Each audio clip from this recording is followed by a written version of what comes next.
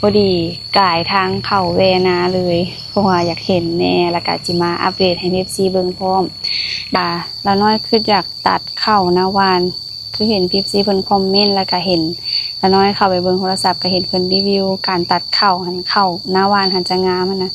เพื่อลดโรคแล้วก็เพิ่มผลผลิตสินะ FC ให้เพิ่นแตกกอใหม่คือเขียวแล้วได้ไฮ2ไฮนี่ว้าวตัวนี้ก็จะเป็นข้าวหน้าวานข้าวเจ้าแถวเข้มๆนี่เพิ่นจะงาม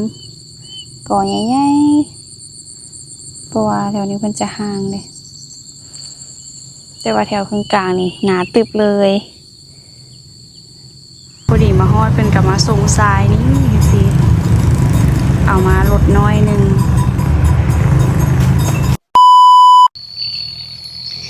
ทักทายสบายดียามเช้าเด้อ FC ตอนนี้ก็เป็นเวลา 7:00 นแล้วน้อยว่าสิออกไปนอกไปซื้อเครื่องอยู่หน้าทางใหญ่นี่แหละพอดีกายทางเข้าเวนาเลยเพราะว่าอยากเห็นแน่แล้วก็จิมาอัปเดตให้ FC เบิ่งพร้อมดำนาไปพอดีแล้วก็พอดีครบรอบ1 อาทิตย์เต็ม FC เดี๋ยวจิมาอัปเดตให้เบิ่งว่าเป็นจั่งใดอยากมาแวะเบิ่งตั้งแต่เมื่อวานนี่แหละเพราะว่าเมื่อวานนี้ช่วงเช้าฝนบ่มาย่านข้าวมันแห้งตาย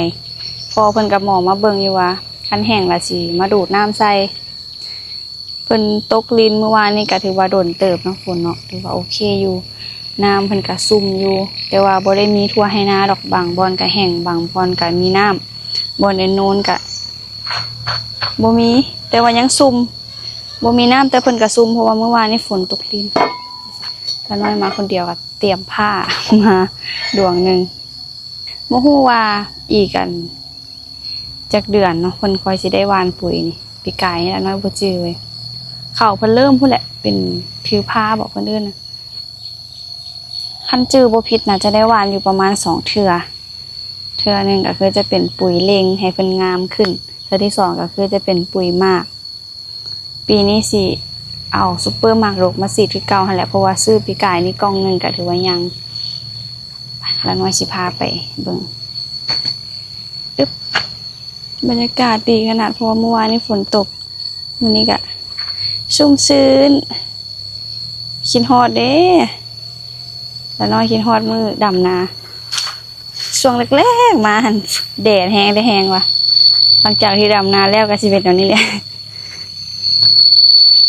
ป้าน้ำก็หลายคืนแล้วเด้นี่น้ำอยู่หนองนี่ย่านป่าเรือหนีก่อนนี่ตัวนี้มันดำมื้อวันเสาร์ตัวนี้ครบรอบทิศเมื่อวานนี้ไฮนี่หันได้8 มื้อแล้วว่าเพิ่นเริ่มถอดยอดแล้วเด้นี่เริ่มถอดยอดแล้วไปเบิ่งอันไฮที่ครบรอบ7 มื้อเป็นไฮนี่เริ่มอันนั้นคือกันเด้คล้ายแต่ว่ามีน้ำเนาะแต่ว่าภายในทิศหน้านี่คันฝนบ่ตกนี่แห้งแท้ได้มาดูดน้ำใส่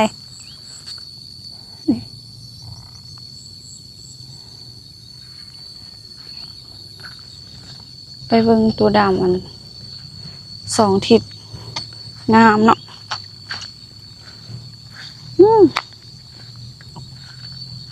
ตัวนี้เป็นตัวด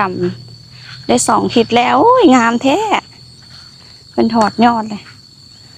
เขียวแล้วได้ไฮ2 ไฮนี่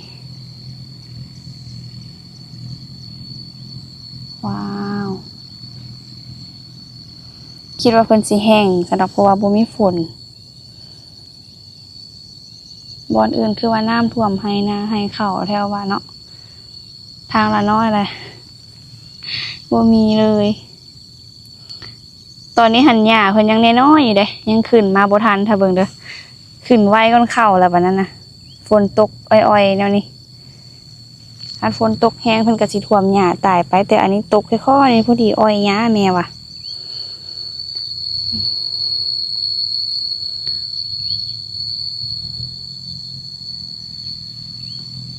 หน้าหวานบ่นั้นคือว่าเหลืองแท้เป็นจั่งใด ก็ถือว่าโอเคอยู่เพราะว่า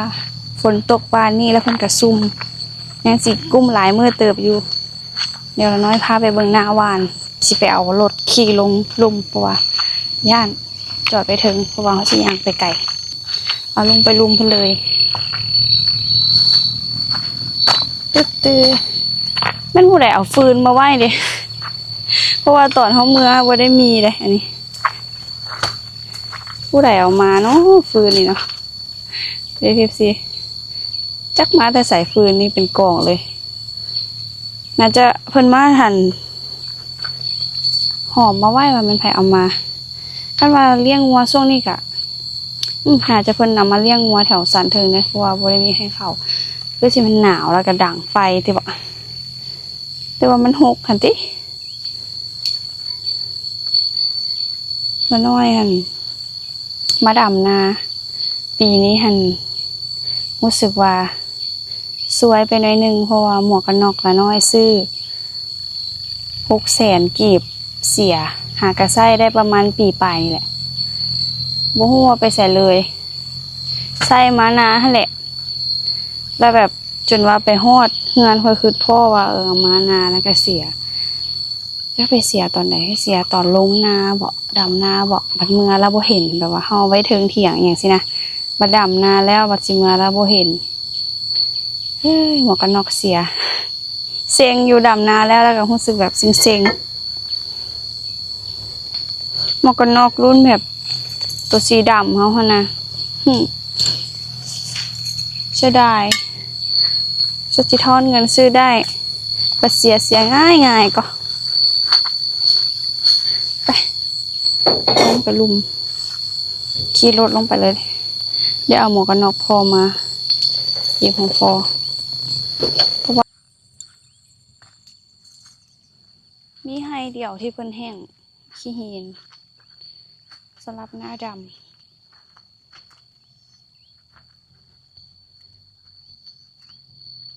ให้นี่ก็คือแห้งเลย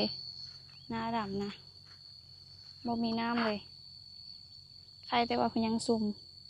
ขึ้นถ้าฝนบ่มาน่าจะได้มาดูดน้ำใส่ได้นี่ตัวนี้แห้งเลยใจน้อหน้าละน้อยแถวนี้บ่ ตัวสุดท้ายโอ้คันเป็นแถวนี้ถือว่างามได้นี่แถวไหนวะบ่จืดละวันนี้ดำสุดท้ายเลยแล้วมันนั่งอยู่นี่ว้าวสวยจังเลยแถวนี้เขียวเด้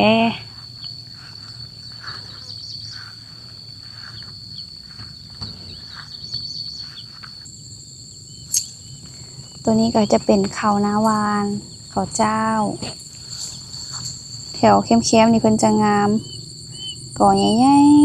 ๆเพราะว่าแถวนี้เพิ่นจะห่างเลยแต่ว่าแถวกลางนี่หนาตึบเลย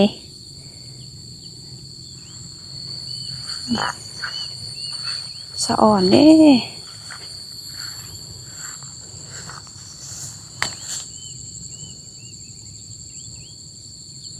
เขานาวานนี่มีน้ำอยู่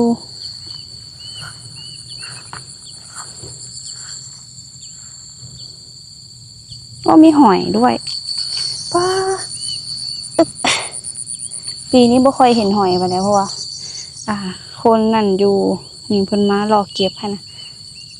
ดีอย่างหนึ่งหอยไม่มีแถวเขาเพาะเพิ่นจะงามให้นี่บ่มีหญ้าเลยให้นี่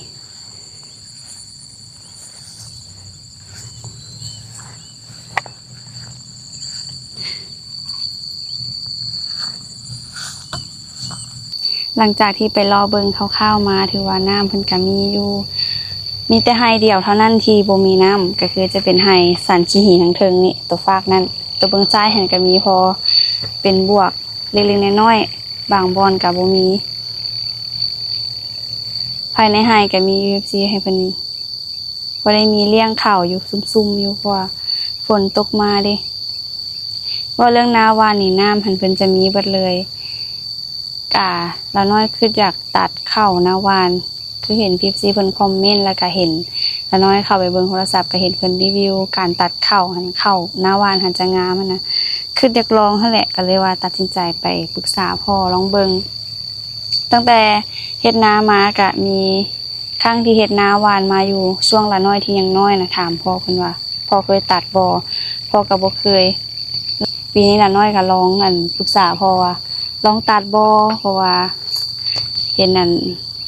หลายๆคนที่เพิ่นเฮ็ดนาวานหั่นเพิ่นก็ตัดคือเข้าขึ้นมาในระดับหนึ่งสิก็ตัดก่อนเพิ่นจะถือพาหั่นน่ะแล้วให้เพิ่นแตกก่อใหม่แล้วก็เพื่อลดโรคแล้วก็เพิ่มผลผลิตสินะ PFC ให้เพิ่นแตกก่อใหม่คือจะลองส่วนอ้ายอยู่คันมีจักรไฟฟ้าละน้อยบ่ง้อไผแท้จักรน้ำมันนั้นใช้บ่เป็นจังได๋เนาะอยากลองตัดพอเพิ่นจะแบบบ่เคยแล้วก็บ่อยากลองสินะมีแต่เพิ่นสิเอาปุ๋ยมาหว่านติขอหั่นแหละว่าคันบ่ตัดเบิดก็ลองให้ได้บ่ประมาณไร่นึงก็ได้อยากลองเบิ่งว่าคันตัดแล้วโอเคคันสมมุติตัดแล้วมันบ่โอเคเท่าบ่ตัดก็ปีหน้าก็บ่เฮ็ดสินะแต่พอเพิ่นก็ว่าบ่ตัดสิเด้จำเป็นและลองเบิ่งบางทีได้มากับอ้ายเอาจักรมาลักตัดลองเบิ่งแบบว่าพอเพิ่นบ่เคยแล้วก็เพิ่นจะบ่เฮ็ดนะละน้อยสวัสดิ์อยากลองสิ่งใหม่ๆอีกอย่าง FC เพิ่นก็คอมเมนต์เข้ามาหลายคอมเมนต์เลยได้บอกให้ตัดนะละน้อยก็เลยว่าอยากลองจะทำยังไงดีบางทีปีหน้าก็น่าจะบ่ได้พากันเฮ็ดแล้วแหละหน้าหวานพวกปีหน้าละน้อยก็น่าจะบ่ได้ไปเลี้ยงลูกใส่ไอ้ตู้แล้วบ่ว่าสิเอาอีกไอ้ตู้ได้เฮ็ดหน้าหวานนี่ได้นี่คันเอาอีกนะให้ไอ้เจมใหญ่ก่อนเนาะพอดีให้ไอ้เจมมาย้ายก้านเลยปีหน้าเพราะว่าพอเพิ่นบ่ค่อยโอเคปานใดเฮ็ดหน้าหวานแต่ว่ามันจำเป็นซื่อๆปีนี้หน้าหวานได้เข้าหน่อยเด้แต่คันเฮาเฮ็ดถูกวิธีน่ะละน้อยคิดว่าก็น่าจะได้หลายคือหน้าดำได้คันเฮาฮู้วิธีหั่นน่ะตั้งแต่ทำอิฐเพิ่นก็จะไถแล้วเพิ่นก็จะขายหญ้าอีหยังสินะแต่ว่าพอเพิ่นบ่ได้เฮ็ดเฮาหั่นก็บ่มีประสบการณ์ทางด้านหน้าหวานเนี่ยเพราะว่าบ่ค่อยเฮ็ดปานใดเด้ส่วนหลายเฮ็ดหน้าดำมันก็น่าจะมีวิธีของมันหั่นแหละละน้อยเข้าไปเบิ่งคันผู้ใดที่แบบเฮ็ดประจำเฮ็ดทุกปีเพิ่นก็สิฮู้วิธีส่วนหลายเฮาก็เฮ็ดแต่หน้าดำเด้บางบอนก็หญ้าหลายเลยหน้าหวานยุงกินมาอยู่ที่โดนโพด ยุงกัดละน้อยสิกลับบ้านแล้วเพราะว่ามื้อนี้หั่นเป็นวันอาทิตย์ให้พ่อเพิ่นสั่งทรายมาแล้วก็เอาไปซื้อปูนละน้อยสิเตรียมมื้อจ่ายเงินเพราะว่ามื้ออื่นหั่นสร้างมานัดแล้วว่าสิมาโบกมื้ออื่นให้พ่อเพิ่นสั่งมาแล้วบ่ฮู้ว่าสิได้บ่เพราะว่าฝนตกระยะเพิ่นบ่ได้ไปบ่ดินบ่หยังสินะเพิ่นน่าจะช่วงยามแล้งเพิ่นน่าจะแก่มากองไว้เป็นกองติบักเอาไปขายยามช่วงยามฝนสินะคันบ่ได้ก็สิได้โบกทรายเก่าที่เหลืออยู่หั่นแหละบ่ฮู้ว่าสิได้บ่ไปสิกลับบ้านหลังจากที่ละน้อยกลับมาแต่นาพอดีมาฮอดเพิ่นก็มาส่งทรายนี่สิเอามาลดน้อยนึงพอดีแรงๆละน้อยก็ออกไปซื้อปูนกับปูนกับกะโหลกเบิ่งตอนนี้สิฟ้าขึ้นมาเหลือมามาบอยู่ฝนสิตกแล้วพายุสิมาข้างใหญ่เลยได้นี่คึมแท้คึมว่าฟ้าแบบเขียวลืมๆเป็นตาย่านขนาดเลยตอนนี้นี่ทรายสิเปียกแล้วนี่พอกันกะฝนเทท่านต่อใส่ประตูทางเข้านี่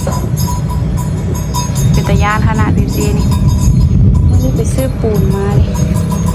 บอนนี้สร้างรถข้อรถบอนนี้ก็จะเป็นบอนไว้เครื่องก่อสร้างสิเป็นหกๆแน่ๆนึงบอนหน่อยแล้ว6ลายเติบนี่ปูนที่เขาซื้อมาเตรียมไว้ให้สร้างมื้ออื่นตัวนี้ก็จะเป็นกะโหลเขาเอามาแต่18แก็บเพราะว่าทั้งเบิร์ดแมน30ปลายแต่วันนี้กะโหลเพิ่นมันบ่พอข ขาดอยู่ประมาณ15แก๊สนี่แหละฝากไว้น้ำเพิ่นพอดีเพิ่นได้เครื่องมาแล้วเขาค่อยจะไปเอาห้านกันอยู่แถวใกล้ๆบัดนั้นละน้อยสิเอาไว้อัปเดตราคาน้ำหลังเด้อแล้วก็สิทายสีให้เบิ่งว่าได้กะโลสีหยัง FC เพิ่นก็คอมเมนต์เข้ามาละน้อยเห็นคอมเมนต์หนึงเพิ่นว่ากะโลมันเป็นหยัง FC กะโลทางภาษาไทยมันก็จะเอิ้นว่ากระเบื้องปูพื้นบอก FC ละน้อยหันเอิ้นกะโลนี่ก็คือกะโลเลยนี่40 คูณ 40มันนั้นจะอัปเดตราคาปูนแล้วก็กะโลแล้วก็ทรายบาทเดียวตอนนี้มันฟ้าลมมายังแห้งเลยฝั่งหนึ่งหันคืมแท้คืมว่าแป๊บเดียวหายเลย ตอนนี้ก็คือแจ้งละแล้วน้อยคิดว่าฝนสิตกแห้งๆในเมื่อกี้นี่เพราะว่าคืมแล้วก็ฟ้าเหลื่อมเปี้ยงป้างเปี้ยงป้างแล้วว่ามีจิลีกลายไปบักไอ้ไวนี่สุดท้ายกับบ่มีฝนคือเก่านี่พอเพิ่นเอาประตูมาใส่ละประตูตัวนี้ก็คือจะเป็นประตูเก่าที่ไปมั่างมาแต่เฮือนในบ้านเฮือนที่ละน้อยไปถ่ายตอนนั้นแหละที่มั่างตอนนั้นนี่บัดนั้นเขาค่อยสิล้างทำความสะอาดแล้วก็ทาสีมันก็สิงามประตูเก่าวินเทจเนาะ หรือว่าโอเคอยู่ยังใส่ได้อยู่ก่อนหลอกด้วยตะแพงไปก่อนน้อยๆนี่ได้ประมาณนี้30% 30 หรือ 40พอดีตอนแรงๆพอมาตะเวียกพอกสิมาก่อต่อมื้ออื่นสร้างโบกกสิมาเริ่มลงมือแล้วเดี๋ยวละน้อยอัปเดตให้เบิ่งเด้อป้าโบกแล้วก็คือสีงามเนาะสุดท้ายก็พากันตัดสินใจปูกะโลแล้วก็สีงามแล้วพื้นนี่นะ